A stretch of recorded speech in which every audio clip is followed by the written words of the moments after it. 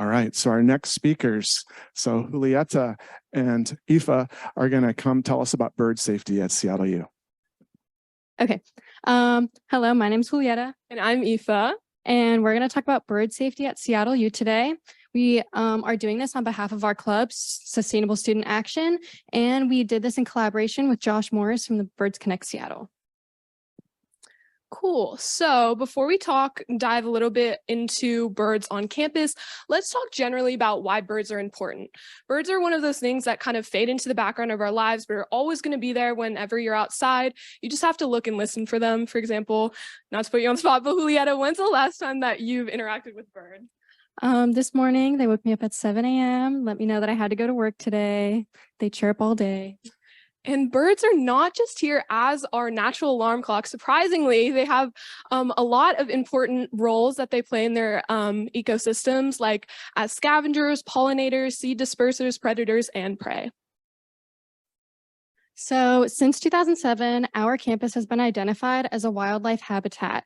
This basically means that our campus is able to provide the necessary food, water, and shelter for hundreds of species on campus. But we don't think that this definition encompasses just how important our campus is for all these species. Because we live in an urban area, our campus is able to provide a biodiversity hub for all these species.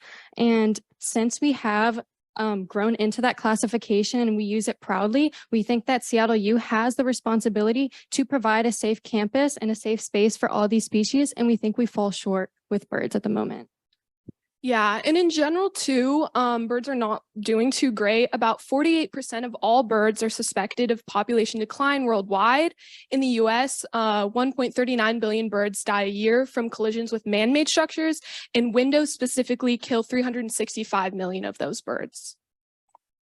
And window collisions are the specific problem on campus that we are looking at today.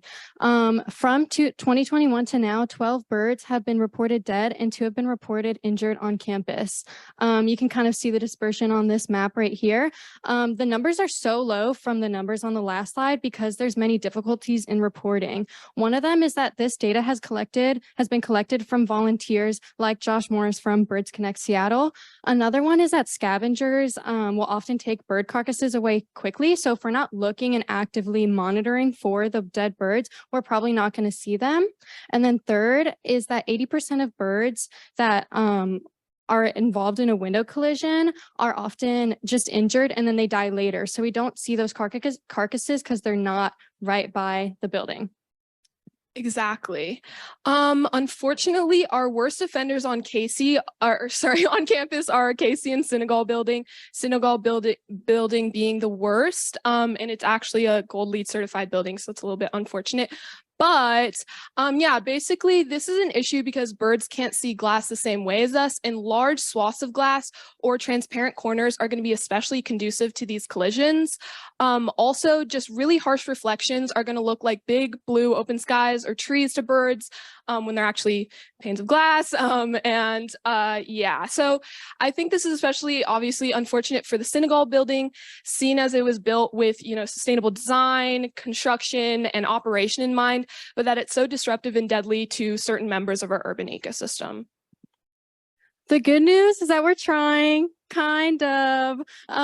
We have a couple examples on campus of where we're attempting for higher bird safety. The first one is Bannon. I don't know how to use this pointer thing, so I'm just going to walk over here. But I don't know if you can see, but this is the bird decal on Bannon. I can't really see it. Birds definitely can't see it, so it's not really that helpful for them.